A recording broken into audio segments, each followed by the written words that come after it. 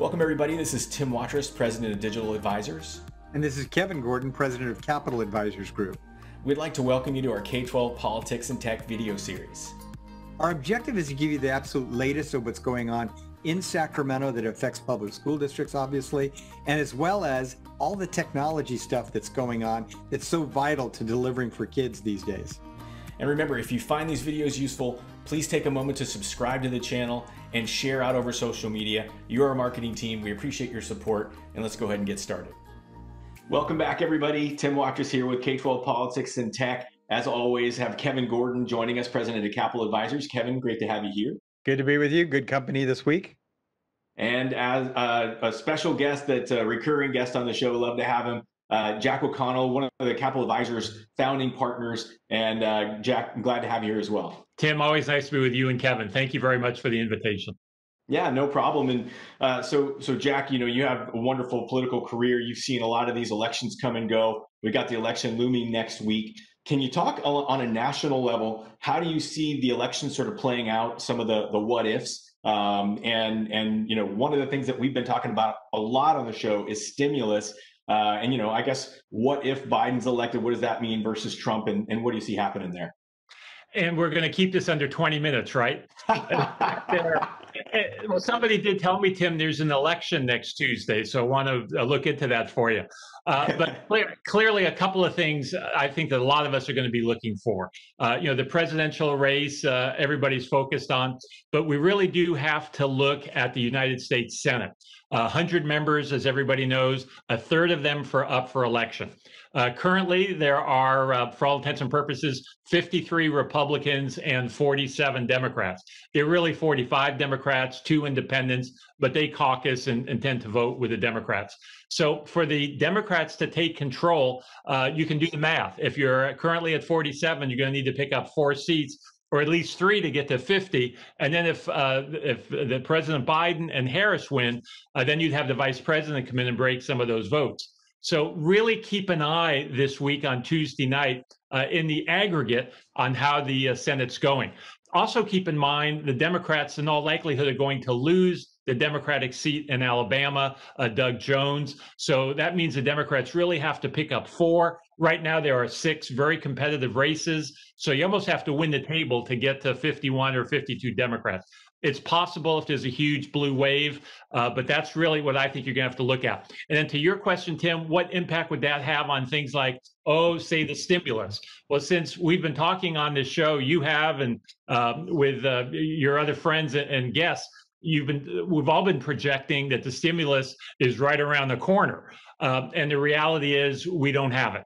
And so if the Democrats take control, and if they're willing to, it's called the nuclear option, eliminate the filibuster rule so that the Republicans, who I predict, if they're in the minority, are going to become deficit reduction hawks, then you'll be able to pretty much orchestrate however large or small of a stimulus package you want. But it won't happen until after the president's sworn in on January 20th. So probably if Biden wins and if the Democrats take control of the Senate, you are probably not going to see a stimulus package, I would predict, until February. But at that point, it'll be Democratic fingerprints and we'll hold the Democrats accountable. And then lastly, in about 10 seconds, also keep an eye on the state legislature.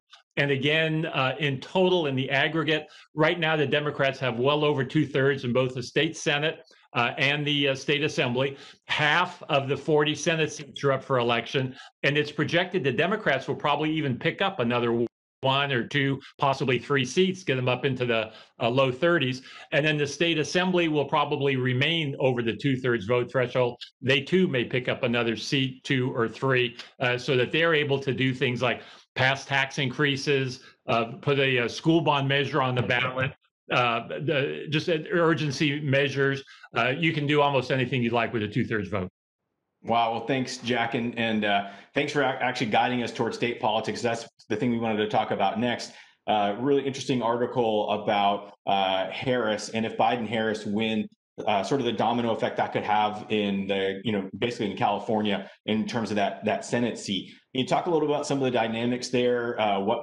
Like what happens in these sorts of scenarios and how that might play out for us? Sure. Well, if Biden wins the presidency, when Harris is sworn in as vice president on January 20th, we then have a vacancy.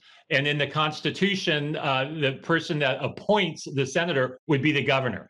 And that's probably the most coveted position to have in the political world, both from the governor's perspective. My goodness, to appoint somebody to that club, 100 members, a 6-year term, and you can really effectuate change quite a bit. So the announcement I want to make here today is I am not a candidate to be appointed to the United States Senate, just to let you know. But I'm going to kind of predict if the governor wants to, and Jerry Brown was able to appoint the attorney general. You might remember a few years back and appointed Javier Becerra when Kamala Harris became a United States senator. And you can look back in history. I remember when Pete Wilson, Kevin will remember, appointed John Seymour to replace him when he became governor back in the early 90s.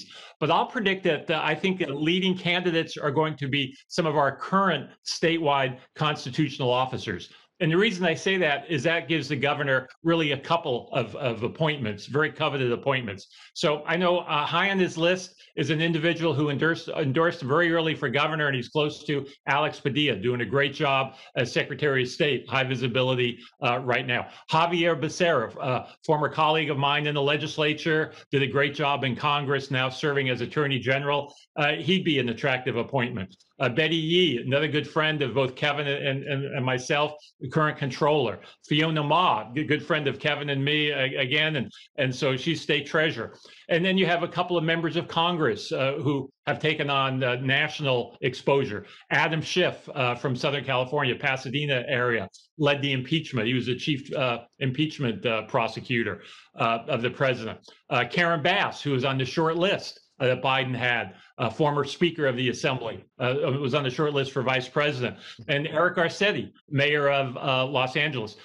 So that appointment would occur if Biden wins, and it would then be announced probably the end of January, early February, and the governor has that appointment. Great appointment to have.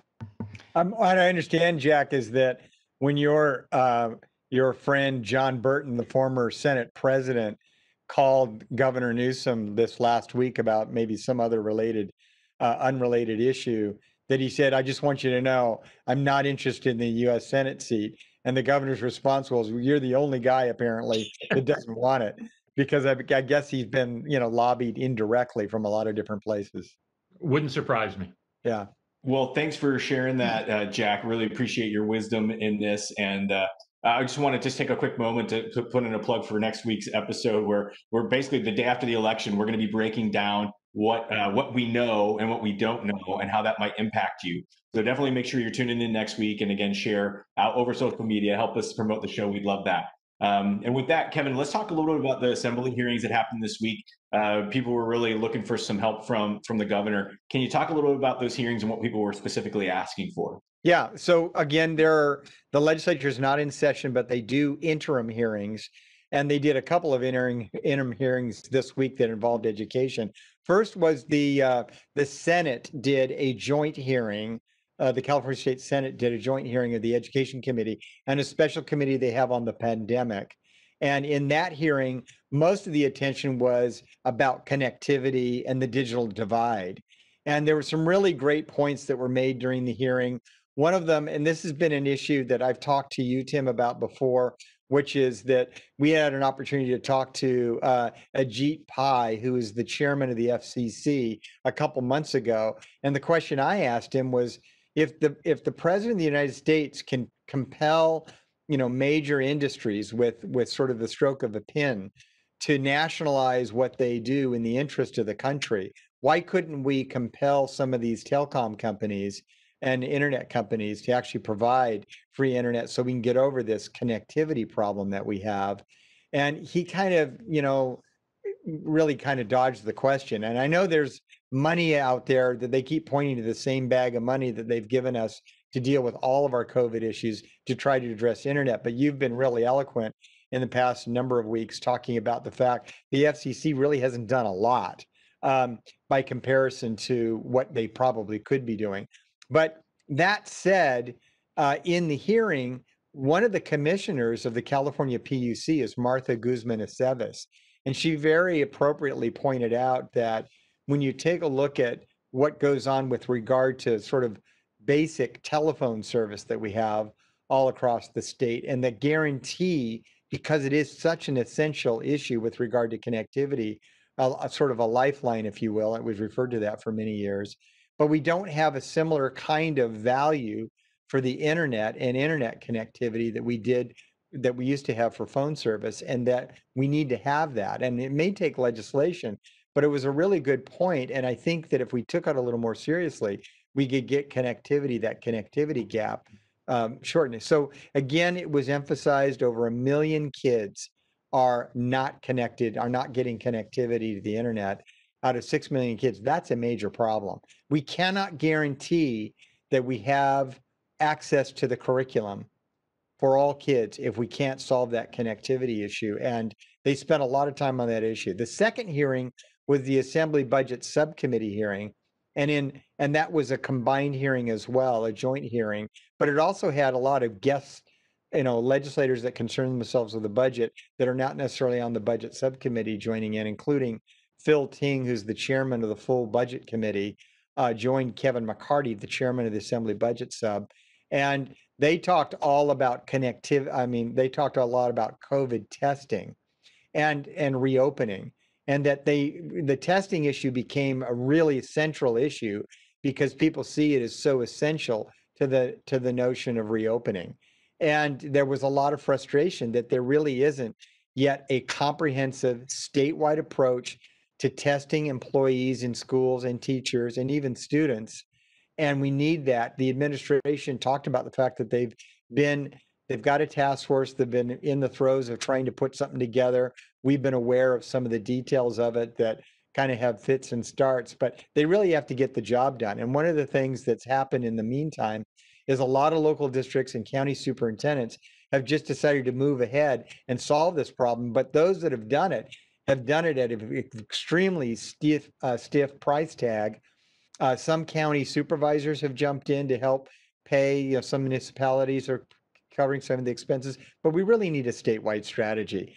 And I think what the state is doing now is reluctantly just saying what they intend to do will be supplemental to what districts and county offices are doing. Honestly, they should be playing the lead role. But they've got to deal with that issue. They heard that loud and clear from the legislature. And one of the things that happened in both hearings that was underscored, we actually need the legislature to act and the governor to sign legislation. So you'll probably see some urgency bills on this early in January when the legislature comes back to address a variety of issues that are still COVID-oriented issues. Well, thanks, Kevin. Yeah, we know a lot of our friends are under a lot of pressure because they all have to come up with these individualized plans about how to reopen. And I think some air cover from Sacramento would be welcome because there's a lot of pressure on our friends right now. We know every time we're on the phone with them, we're feeling it. So we're feeling for them, I should say. So, one of the things I want to just sort of echo was the comments, about internet service being as important as phone service. We talked about it before, we know we got to get telephone services, we got to get electricity, we got to get water to people. And to be effective in today's world, in this pandemic and moving forward, companies are coming out and saying we're only going to work remotely. So if we don't have internet in our citizens' hands, that's actually going to limit their ability to do jobs, high-paying jobs, and we're really making that gap worse. That we've seen this digital divide, not only for education but also just being a productive citizen in our society. So, I'll just say the FCC pulled out $16 billion from CARES, hasn't spent a dime of it yet to address 5G internet, which, to me is a bit of a boondoggle. And that's $16 billion worth of carrots we can put in front of these internet service providers to make a difference. And not just build a 5G network, but connect that last mile, which is from the cell tower to the student, to the family that needs it. Without that sort of thoughtful approach, I don't think we're really going to solve the problem. And at a state level, what we're seeing is other states are actually taking action. They're putting things in place to get connectivity to people to address these challenges. We haven't seen California do anything yet. And I would just say, just like with cybersecurity, we're able to push our weight around and impact the entire industry. I believe this state has the power to impact the industry and make a difference nationally for the digital divide if we want to lead there. So I'm glad that we're hearing something from Sacramento. I know the governor's been talking about it, but I'd love to see some action both at the state level and federal level to address it. So I'll jump off my soapbox if you have anything to add. One of the things I was going to mention, because you've spotlighted Senator Lena Gonzalez's effort in the legislature with her Internet for All legislation. She actually was very vocal in this, in these hearings as well, and talked about the fact that when you take a look at the fund that we have in California for internet connectivity, what it calls for in terms of data speeds are way lower than a federal standard. So already kind of we're behind the curve. And I think her legislation would have solved some of that. So you can bet she'll be back at it again, trying to get that legislation passed this year. I think it got caught up in some of the late, very late last night session kind of politics, and just also the fact that they were trying to jam so many bills through in a very short period of time that was a casualty of that process. Well, sad that such an important one was, just not addressed at such a critical time. But here we are with districts sort of having to fend for themselves on many of these fronts. And when you're trying to get connectivity, one of the levers you've had to pull is that CARES Act funding. Kevin, we know that deadline is looming for December 30th for the CARES Act funding. You've probably been spending on laptops, hotspots, and other things. But can you talk about that deadline, what that means for people, and just how to navigate that if you're a school district with that timeline? Yeah, one of the things that's been really important is to try to get members of Congress on both sides of the aisle to understand that December 30th deadline, in addition to it being a weird date, the 30th rather than the 31st, is just doesn't correspond to our fiscal year, our school year. It just doesn't make sense that we know that ahead of us for the rest of the school year after December, we got plenty of COVID related issues that we're going to have to tackle. And it just is unreasonable that the bill has that limitation. So on the bulk of these COVID funds, almost $4 billion of the 5.3 will be caught up in that expenditure deadline. So we've been trying to get folks back there to hear that message that we need an extension. And apparently it's starting to work. And we do need the Democrats have it now in their offer to the White House. That compromise proposal called Heroes 2 does contain language that would in fact extend that December 30 deadline all the way to the end of 2021. It's important that Republicans, and I think we've got some folks like Kevin McCarthy and other that are sympathetic to this issue, but we obviously need to communicate with our members of Congress about this on both sides of the aisle. So if you're listening to us from an area that's got a Republican member of Congress, and you can make sure that they're aware of some of those concerns, that's a great thing for them to carry back and help fight that fight for us. But what Jack pointed out earlier, which is that the prospects of any kind of a stimulus package now are pretty dim. And I don't know, there may be circumstances under which a President Trump, if he were to win re-election, might still want a stimulus because he does not want a flagging economy. I'm just not so sure that education is going to fare that well, because I think the education piece of the whole package was supported by the White House in large measure because of some of the polling we saw from suburban women and others that support that. I think it might be a little bit decidedly more business-oriented relief rather than the kind of relief we're looking for in schools. But look at, we would press for that. We would press for that deadline to get fixed.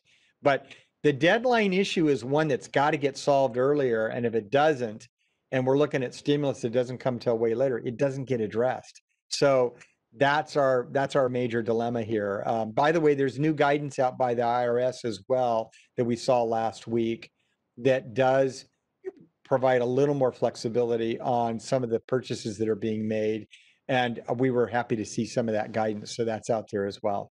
Well, thanks, Kevin. And I just want to say, with that deadline looming, when we had Andrea Bennett on, the executive director for SITE, she mentioned the caution around spending one-time dollars on infrastructure and technology that you're going to need to run long-term. And that's always a best practice. Sometimes you have to do what you have to do. But if you're wondering, if you've already sort of expended some of the dollars on some of the basics that you need, and you're wondering what technology could you invest in that would help you long-term, it's updating some of your old systems. Old things that cost a lot of money to run, you spend one-time money on updating that, you're going to reduce your costs, add more services to your clients, to your district, be able to increase security. If you have an old system that doesn't really have much security, you could improve that. So really think through your old systems and think what would it look like if I spent this one-time money reducing costs, increasing services that you can offer internally. That is a best practice when it comes to tech and what to spend money on, especially with a tight deadline like this looming. So with that, Jack, I want to kick back over to you because you were so influential in basically getting school bonds, local school bonds, to a place where they could be passed with a reasonable number within the vote. I know that's amazing work that you've done. You've helped a lot of districts with that legislation that you helped enact. Can you talk about some of the local school bonds, what they're facing today with this climate, and just some of the stories of those local bonds that are trying to pass here in November? Sure, happy to, Tim. And I'm not sure if I was real effective at getting that 55% vote threshold. It took me 13 years in the legislature to spearhead that effort, but the 55% has made a huge difference for school districts. Just last June, fewer than half of our school bond measures were successful. The pandemic was in month, 3 or 4. Unemployment was sky high, a great deal of uncertainty, and that made it very, very difficult for school districts to muster support for the bonds. This time, even fewer bond measures are on the ballot. The number that we're aware of are 60 school districts, 60, are actually trying to pass a bond measure on Tuesday. 57 of those districts are K through 12, 3 are community colleges. In total, it's $13 billion, and a little over half of that is one district, Los Angeles School District, Unified School District. They have a bond measure on the ballot that they're trying to pass for $7 billion. So we will try to have the best we can when we do our special report with you next week, the folks from Capital Advisors and you. We'll try to have the net results the best we have them at that time in terms of how many of those 60 bonds pass. Well, thanks very much for that, Jack. And yeah, we know that they range from $7 billion at the top, and then local district near you at Cold Springs at $2 million. All districts that are going for this in this political climate, they need it. And if you have a chance to get out and support in any way, we would encourage that. So, with that, I just want to say, we're going to do this election wrap-up show next week. It's going to be out on Wednesday. We're going to try to get it out the same day. And we assume that might need to reoccur for a few weeks, as really the mail-in ballots get counted, because things are going to be too close to call. But we'll certainly have plenty to discuss next week. We're going to bring in more of the Capital Advisors team and perhaps another digital advisors representative as well to talk about some of the technology implications of what we've seen. And we look forward to seeing y'all next week. So thanks, Kevin and Jack. Any final thoughts from you two before we wrap up today? Very complete. Thank you, Tim. Thanks, Kevin, having me again. Great seeing y'all. All right. Thank you both. We'll talk to you next week. So thanks again for joining us for another week of this broadcast. And I just want to take a moment to remind you, if you haven't already, please subscribe to our channel and share this out over social media. Again, you're our marketing team. I'll also finish by saying, if you have some questions, please send them our way. We'd be happy to address them on a future broadcast. So with that, thanks everybody, and we'll talk soon.